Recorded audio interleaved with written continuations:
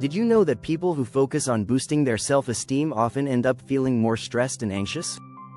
In fact, studies show that constantly chasing self-esteem can actually make you less happy.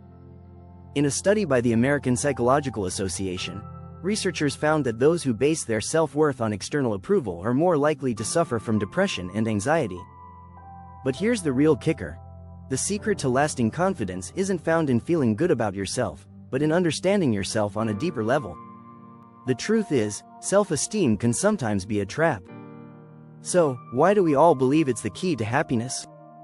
In this video, we'll challenge everything you thought you knew about self-worth. We'll explore why your self-esteem might not be as important as you think, and how shifting your focus to things like self-awareness, inner growth, and purpose can actually bring you the peace and fulfillment you've been searching for. Stick around, because what you learn here might just change the way you think about personal growth forever. Ready to discover a new way to build real confidence? Let's dive in. Chapter 1. The Self-Esteem Illusion. What's missing? When you hear self-esteem, you probably think about feeling good about yourself, right? But here's the catch. Self-esteem isn't the magical key to a better life that people often make it out to be. In fact, research shows that overly focusing on self-esteem can lead to negative outcomes. A study published in Psychological Science found that people with high self-esteem were more likely to ignore their flaws and not work on self-improvement. Here's the problem. While self-esteem makes you feel good in the short term, it doesn't necessarily lead to lasting change. Imagine trying to build a house on a shaky foundation. That's what focusing solely on self-esteem does. It may feel solid, but it lacks depth. Real growth requires more than just feeling good about yourself. It requires action, awareness, and the willingness to change. Instead of chasing self-esteem, let's talk about self-awareness. When you understand yourself, your strengths, weaknesses, and patterns, you become better equipped to improve. Studies show that self-awareness leads to better decision-making and emotional intelligence, which are far more important for long-term success than just feeling good. One effective strategy to increase self-awareness is journaling. Journaling helps you track your thoughts and behaviors, giving you insight into where you can improve. Start by writing down your reactions to situations and then analyze them. This helps you identify unhealthy patterns and replace them with more productive habits. Self-awareness also helps you embrace your imperfections. In his book Radical Acceptance, Tara Brach explains how self-acceptance is about recognizing your flaws without judgment. This approach is far more powerful than trying to pump up your self-esteem with empty affirmations. You don't need to be perfect, you just need to be aware and open to growth. Another strategy is to seek feedback from others. It's hard to see ourselves clearly, but people around us often have valuable insights. Constructive criticism may sting, but it's essential for personal growth. It helps you understand what needs improvement and can even open your eyes to qualities you never knew existed in yourself. By focusing on awareness and growth instead of inflated self-esteem, you create a much stronger foundation for your personal development. Remember, growth isn't about feeling good about who you are, but about becoming the best version of yourself. Chapter 2. The Power of Self-Awareness. Why knowing yourself beats loving yourself. Self-love is a buzzword, but is it really the key to success? Sure, loving yourself sounds nice, but there's something even more powerful: self-awareness. When you understand your thoughts, emotions, and actions, you can make better decisions and improve in ways that self-love alone won't bring. According to Dr. Daniel Goleman, author of Emotional Intelligence, self-awareness is the first step toward mastering your emotions and understanding your behavior. Without it, you're just blindly going through life. Knowing yourself means you can navigate challenges with more clarity and less stress. When you're self-aware, you're better equipped to handle emotions like anxiety and frustration. In fact, research from the University of California found that individuals with high self-awareness experience less emotional turbulence and make smarter choices. So, instead of relying on external validation, focus on learning who you are at your core. One way to increase your self-awareness is through mindfulness. Mindfulness isn't about just feeling good in the moment, it's about tuning into your thoughts and emotions without judgment. The more you practice mindfulness, the more you begin to notice patterns in your behavior and mindset. You can start small by simply taking 5 minutes a day to sit quietly and observe your thoughts. Another powerful strategy is asking yourself tough questions. What are your core values? What are you afraid of? When you answer these questions honestly, you start to uncover truths about yourself that can guide your decisions. In his book The Road Less Traveled, M. Scott Peck suggests that self-awareness often comes from asking difficult questions and being open to uncomfortable truths. It's not always easy, but it's necessary for real growth. When you know yourself, you also understand how you interact with others. Self-aware individuals are better at communicating and forming healthy relationships. According to a study in the Journal of Personality and Social Psychology, people with high emotional intelligence, which includes self-awareness, are more likely to experience fulfilling and meaningful relationships. Self-awareness also helps you develop better problem-solving skills. When you can step back and objectively analyze a situation, you're less likely to react impulsively or get stuck in negative patterns. It's not about feeling better, but about becoming more effective in every area of life. To build self-awareness, try keeping a daily log of your emotions and reactions. This simple exercise helps you see your growth over time and gives you a clearer picture of what drives you. By the end of a few weeks, you'll have a better understanding of how you think, feel, and act, which will allow you to make changes that improve your life. Chapter 3.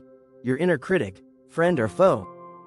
We all have that inner voice that criticizes our every move. The voice that says, "You're not good enough," or "You'll never succeed." But what if your inner critic isn't all bad?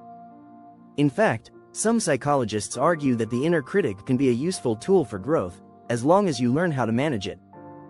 The key isn't to silence this voice, but to understand it and use it to fuel personal development. In The Gifts of Imperfection, Brené Brown talks about how our inner critic often reflects deep-seated fears or insecurities. Instead of letting these thoughts control us, we can acknowledge them, learn from them, and use them to drive change. For instance, if your inner critic constantly tells you you're not good enough, maybe that's an invitation to work on your skills and prove it wrong. Research also suggests that a harsh inner critic can lead to higher levels of perfectionism, which isn't always productive. In fact, studies show that perfectionists are more likely to experience anxiety and burnout. So, while it's important to listen to your inner critic, you don't need to give it all the power. One strategy for managing your inner critic is to practice self-compassion. According to Dr. Kristen Neff, a leading expert in self-compassion, being kind to yourself when you make mistakes reduces the power of the inner critic. When you treat yourself with the same kindness you would offer a friend, the voice loses its sting and becomes less overwhelming. Another approach is cognitive reframing. This technique involves challenging negative thoughts and replacing them with more realistic, balanced ones. For example, if your inner critic says, "You're going to fail," you can reframe it as, "I might struggle, but I can learn from the experience." This simple shift in perspective can change the way you perceive challenges and prevent your inner critic from holding you back. The key is to turn the inner critic from a foe into a friend. Instead of seeing it as an enemy to shut down, treat it as a tool for self-awareness. When you start to understand the fears behind the criticism, you can use that insight to grow. It's all about changing the way you respond to the inner voice, not eliminating it.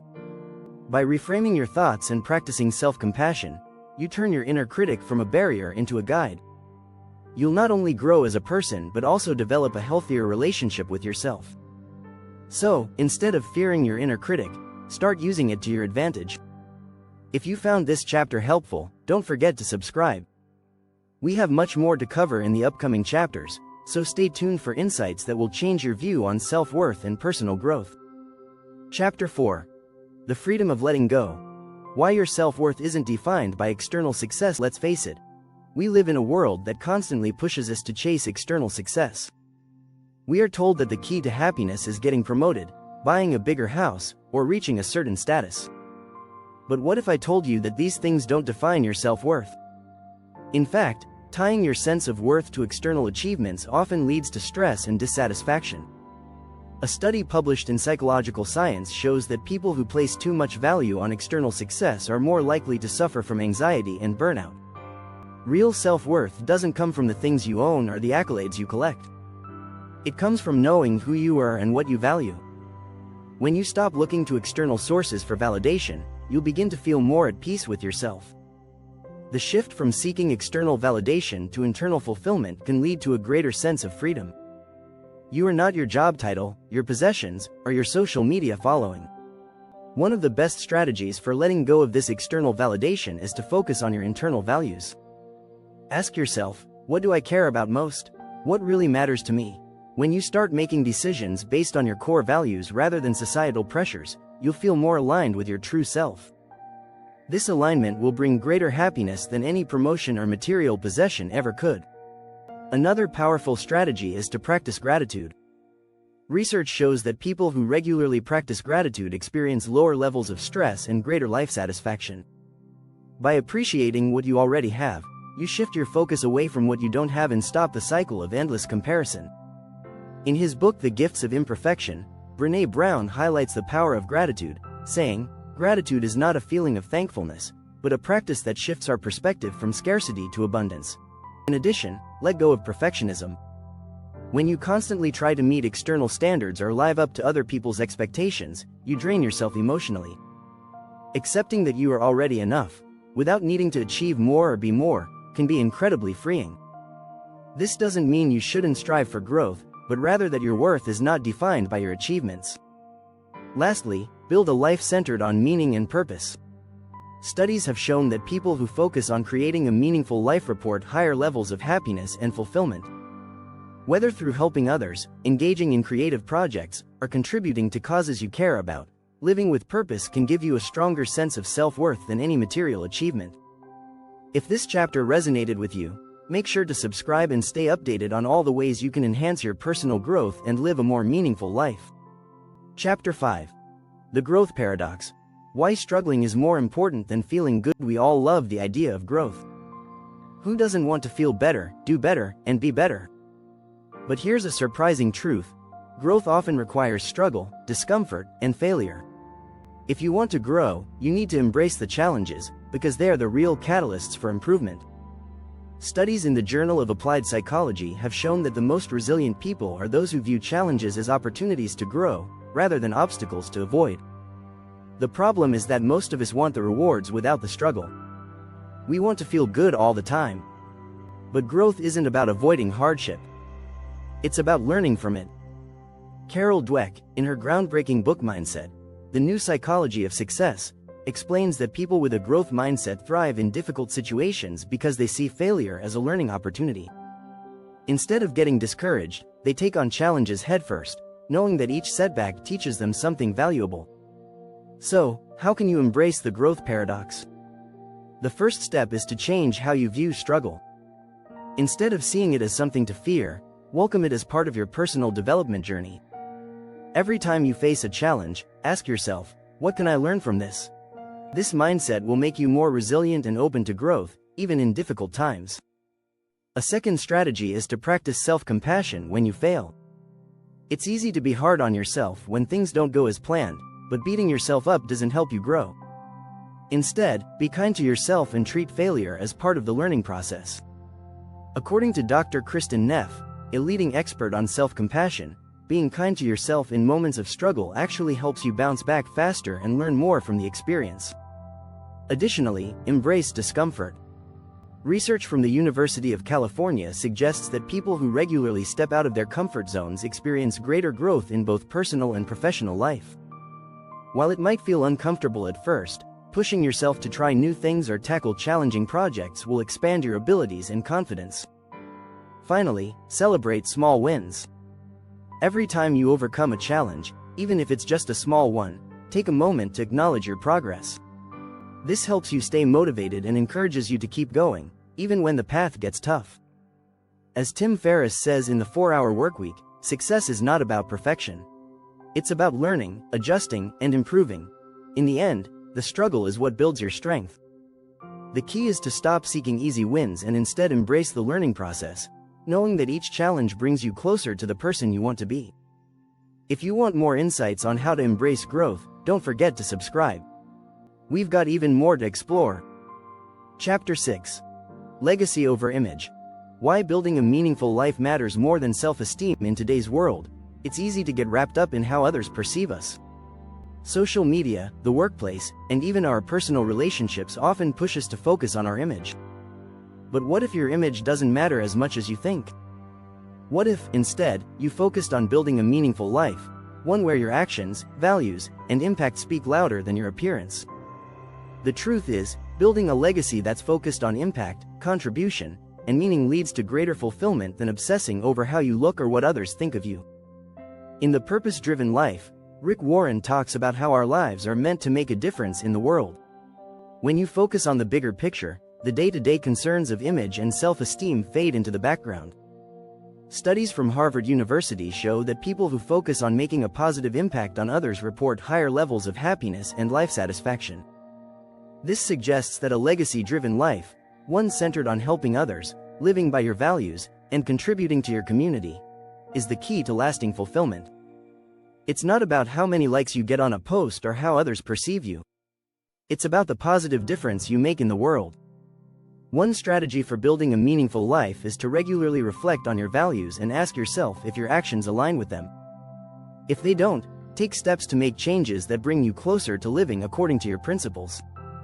Author and motivational speaker Tony Robbins says, "The secret to living is giving." By focusing on contribution rather than image, you create a life that is rich in purpose.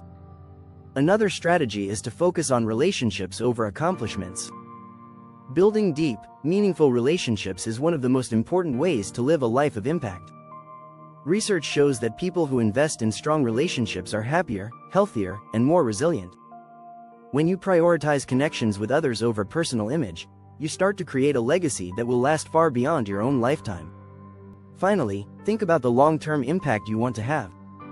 What do you want to be remembered for? Focus on actions that align with that legacy. Whether it's mentoring others, giving back to your community, or creating something that outlives you, the most meaningful life is one that contributes to the world in a lasting way. As Maya Angelou famously said, "People will forget what you said, people will forget what you did, but people will never forget how you made them feel." When you build a legacy, your self-esteem naturally rises because you are living with purpose. You don't need external validation when you know that your life has meaning and impact. By focusing on legacy over image, you create a life that truly matters. If this chapter spoke to you, make sure to hit subscribe for more insights on living a meaningful life and creating your lasting legacy.